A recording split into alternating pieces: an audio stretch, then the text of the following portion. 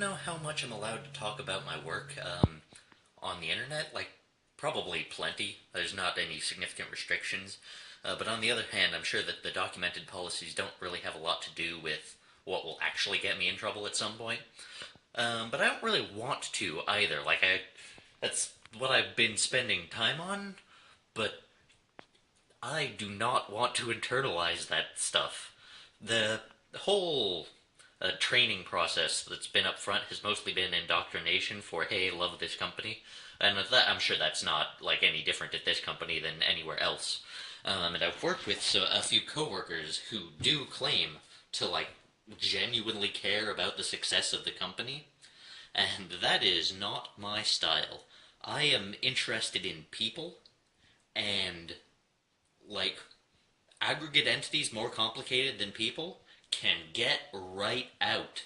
And this is sort of a long-standing view I've had, particularly about nationalism. I always thought it was strange in elementary school, when we had to salute the flag and sing the national anthem and whatever we did in elementary school, recite the Pledge of Allegiance.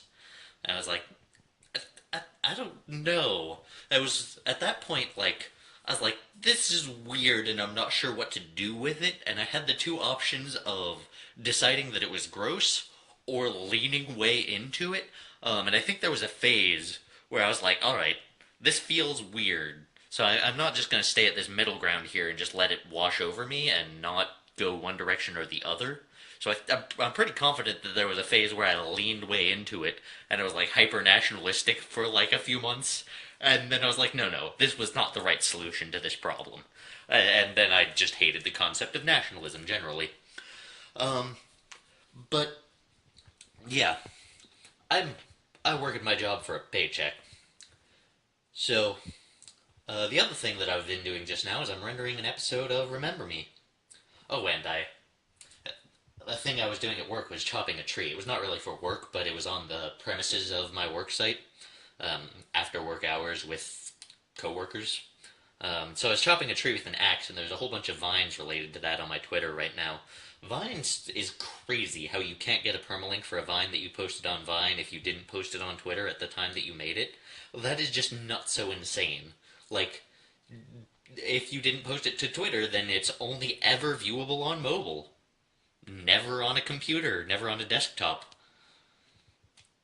Why?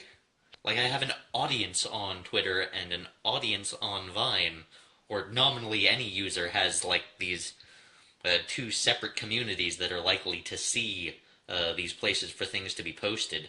And maybe you think a particular post is more relevant to one audience than another. So why is it...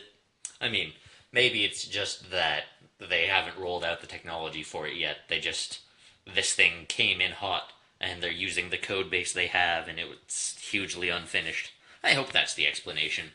I feel like I like the form of Vines, 6 seconds? 6 seconds is an interesting amount of footage, and looping it is powerful. But I don't feel like you need to constrain people to that in order to make it an interesting form. Similar to how I don't think that Twitter enforcing 140 characters is, super great? I don't know. Probably, Twitter is what it is because of the 140 character limit, but I feel like they could lift it now, and it would still be a microblogging service. Maybe. I don't know. But the place I was going to go with Vine was that people already did GIFs before Vine came out. And then there was GIF sound, which is really very, very close to Vine. So people thought that this form was interesting before it was forced on them by a corporation. Not forced on them. But just from a software design perspective, I don't know that more limitations are usually better. Squirtle. This Squirtle is pretty cool in videos. But yeah. A new episode of Remember Me coming soon. The old ones are actually super good, and you should watch them. I was watching them, and I think they're funny.